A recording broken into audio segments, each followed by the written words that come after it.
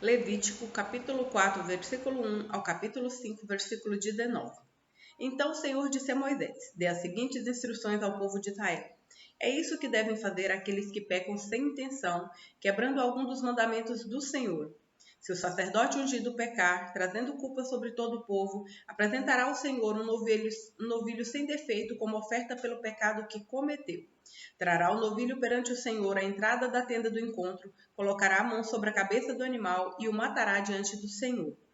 O sacerdote ungido levará um pouco do sangue do novilho para dentro da tenda do encontro, molhará o dedo no sangue e com ele aspergirá 7 vezes diante do Senhor, em frente à cortina interna do santuário.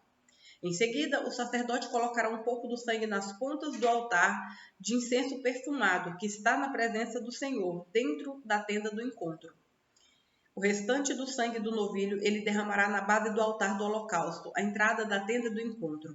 Depois, removerá toda a gordura do novilho a ser apresentado como oferta pelo pecado, incluindo a gordura que envolve os órgãos internos, os 2 rins, a gordura ao redor deles, perto dos lombos e o lóbulo do fígado.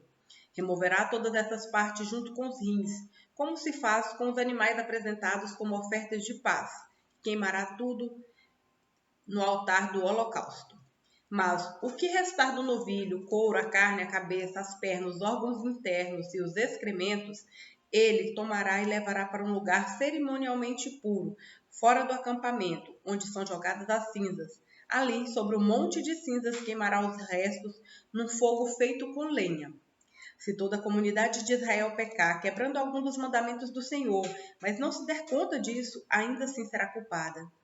Quando perceber seu pecado, o povo trará um novilho como oferta pelo pecado e o apresentará à entrada da tenda do encontro. As autoridades da comunidade colocarão as mãos sobre a cabeça do novilho e o matarão diante do Senhor. O sacerdote ungido levará um pouco do sangue do novilho para dentro da tenda do encontro, molhará o dedo no sangue e com ele aspergirá 7 vezes diante do Senhor, em frente à cortina interna. Em seguida, colocará um pouco do sangue nas pontas do altar que está na presença do Senhor, dentro da tenda do encontro. O restante do sangue do novilho ele derramará na base do altar do holocausto, à entrada da tenda do encontro. Depois, removerá toda a gordura do novilho e a queimará no altar, como se faz com o novilho apresentado como oferta pelo pecado. Desse modo, o sacerdote fará expiação pelo povo, e eles serão perdoados. Então, o sacerdote tomará o que restar do novilho, levará para fora do acampamento e o queimará ali, como se faz com a oferta pelo pecado. Essa oferta é pelo pecado de toda a comunidade de Israel. Se um dos líderes do povo pecar, quebrando algum dos mandamentos do Senhor seu Deus, mas não se der conta disso, ainda assim será culpado. Quando perceber seu pecado, o líder apresentará como oferta um bode sem defeito. Colocará as mãos sobre a cabeça do bode e o matará diante do Senhor, no mesmo lugar onde são mortos os animais para os holocaustos. É uma oferta pelo pecado.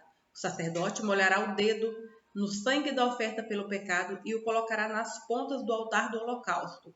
O restante do sangue ele derramará na base do altar. Em seguida, queimará no altar toda a gordura do bode, como se faz com a oferta de paz. Desse modo, o sacerdote fará expiação pelo líder e ele será perdoado. Se outra pessoa do povo pecar, quebrando algum dos mandamentos do Senhor, mas não se der conta disso, ainda assim será culpada. Quando perceber seu pecado, ela apresentará como oferta pelo pecado uma cabra sem defeito. Colocará a mão sobre a cabeça do animal da oferta pelo pecado e o matará no mesmo lugar onde são mortos os animais para os holocaustos.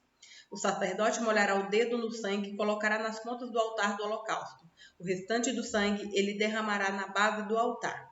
Em seguida, removerá toda a gordura da cabra, como se faz com a oferta de paz, e a queimará sobre o altar, como um aroma agradável ao Senhor. Desse modo, o sacerdote fará expiação pela pessoa, e ela será perdoada. Se alguém trouxer uma ovelha como oferta pelo pecado, deverá ser sem defeito. A pessoa colocará a mão sobre a cabeça do animal da oferta pelo pecado e o matará no mesmo lugar onde são mortos os animais para os holocaustos. O sacerdote molhará o dedo no sangue da oferta pelo pecado e o colocará nas pontas do altar do holocausto. O restante do sangue ele derramará na base do altar. Em seguida, removerá toda a gordura da ovelha, como se faz com a gordura do cordeiro apresentado como oferta de paz. e a queimará no altar como oferta especial apresentada ao Senhor. Desse modo, o sacerdote fará expiação pela pessoa, e ela será perdoada. Se alguém for chamado para testemunhar a respeito de algo que tenha visto, ou que seja de seu conhecimento, mas se recusar a fazê-lo, comete pecado e deverá ser castigado por causa do seu pecado. Se alguém, mesmo sem saber, tocar em algo cerimonialmente impuro, como o cadáver de um animal impuro, seja um animal selvagem, um animal doméstico, um animal que rasteja pelo chão, quando perceber o que aconteceu, deverá reconhecer sua contaminação e culpa. Se alguém, mesmo sem saber, tocar em algo que o torne impuro, quando perceber o que aconteceu, deverá reconhecer sua culpa. Se alguém, mesmo sem saber, fizer um voto impensado de qualquer tipo, para o bem ou para o mal, quando perceber a imprudência do voto, deverá reconhecer sua culpa. Quando alguém perceber sua culpa em qualquer desses casos, deverá confessar seu pecado. Como castigo pelo pecado, trará ao Senhor uma ovelha ou uma cabra do rebanho, e é uma oferta pelo pecado, com a qual o sacerdote fará expiação pelo pecado da pessoa. Se a pessoa não tiver recursos para oferecer uma ovelha, trará ao Senhor 2 rolinhas ou 2 pombinhos como castigo pelo pecado. Uma das aves será para a oferta pelo pecado e a outra para o holocausto. Ele as entregará ao sacerdote, que apresentará a primeira ave como oferta pelo pecado. Ele torcerá o pescoço da árvore, mas não arrancará a cabeça. Em seguida, aspergirá os lados do altar com um pouco do sangue da oferta pelo pecado e deixará o sangue restante escorrer para a base do altar. É uma oferta pelo pecado. Depois disso, o sacerdote preparará a segunda ave como holocausto, de acordo com a forma prescrita. Desse modo, o sacerdote fará expiação pelo pecado da pessoa e ela será perdoada. Se a pessoa não tiver condições de oferecer sequer 2 rolinhas ou 2 pombinhos, trará 2 litros de farinha da melhor qualidade como oferta pelo pecado. Uma vez que é uma oferta pelo pecado, não misturará azeite com a farinha, nem acrescentará incenso. Trará a farinha ao sacerdote, que pegará um punhado com uma porção memorial e queimará a porção no altar, sobre as ofertas especiais apresentadas ao Senhor. É uma oferta pelo pecado. Desse modo, o sacerdote fará expiação por aqueles que forem culpados de algum desses pecados, e eles serão perdoados. O restante da farinha será do sacerdote, como se faz com a oferta de cereal. O Senhor disse a Moisés: se alguém cometer um delito religioso, violando, mesmo sem intenção, algum mandamento sobre as coisas sagradas do Senhor, deverá trazer ao Senhor uma oferta pela culpa. A oferta será um carneiro sem defeito, do seu próprio rebanho, calculado em prata de acordo com o ciclo do santuário. A pessoa pagará uma indenização referente ao delito religioso que cometeu, com um acréscimo de 1/5 do valor. Quando entregar o pagamento ao sacerdote, ele fará expiação pela pessoa com o carneiro sacrificado como oferta pela culpa, e ela será perdoada. Se alguém pecar quebrando algum dos mandamentos do Senhor, mesmo que não tenha consciência do que fez, é culpado e será castigado por causa do seu pecado. Como oferta pela culpa, trará ao sacerdote um carneiro sem defeito do próprio rebanho, devidamente avaliado. Desse modo, o sacerdote fará expiação pelo pecado não intencional que a pessoa cometeu, e ela será perdoada. Essa é uma oferta pela culpa, pois a pessoa certamente se tornou culpada diante do Senhor. Marcos, capítulo 2, versículo 13 ao capítulo 3, versículo 6. Em seguida, Jesus saiu outra vez para a beira do mar e ensinou das multidões que vinham até ele.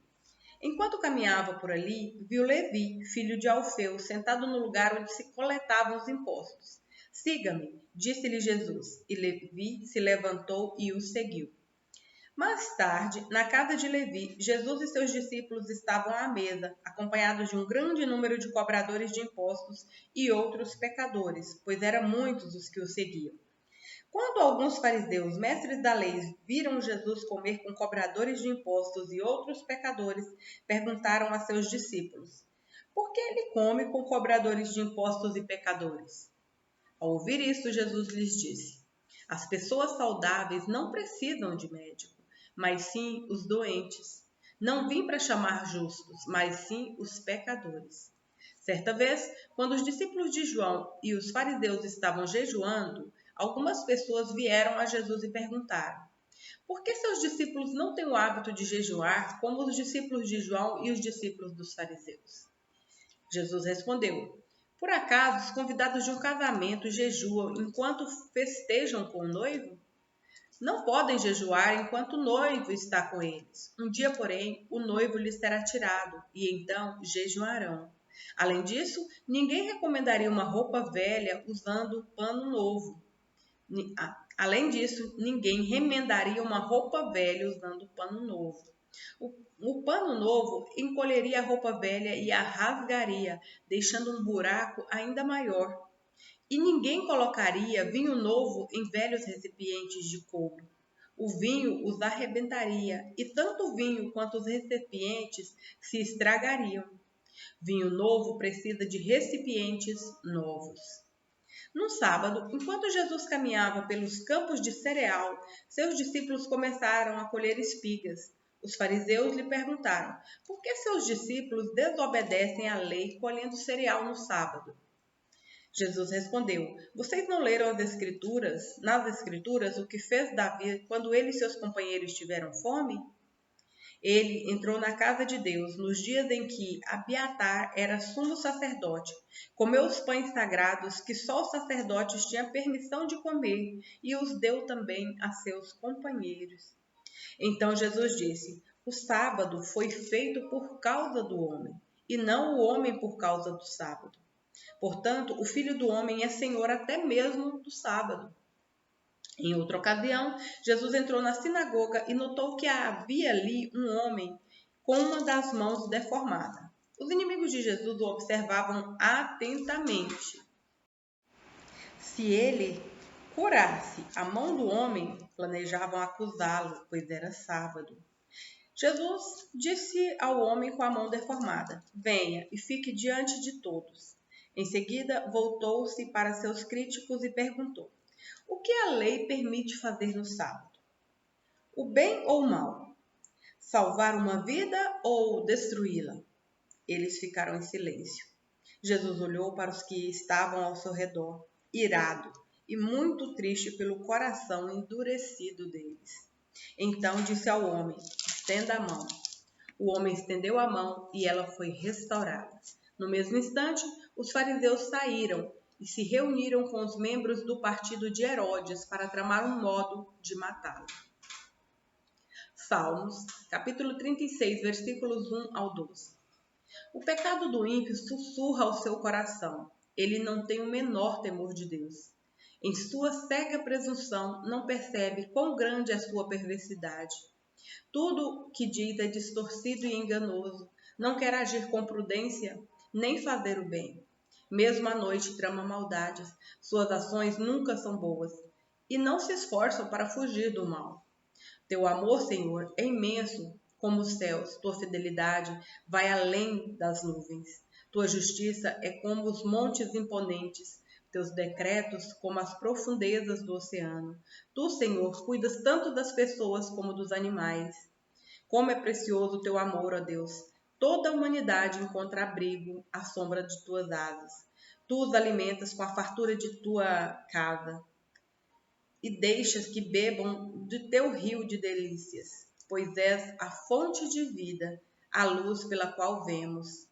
Derrama teu amor sobre os que te conhecem, concede justiça aos sinceros de coração. Não permitas que os arrogantes me pisoteiem, nem que os perversos me empurrem.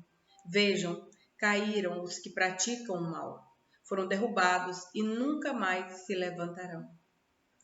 Provérbios, capítulo 10, versículos 1 ao 2. O filho sábio alegra seu pai, o filho tolo entristece sua mãe. As riquezas de origem desonesta não têm valor duradouro, mas uma vida justa livra da morte.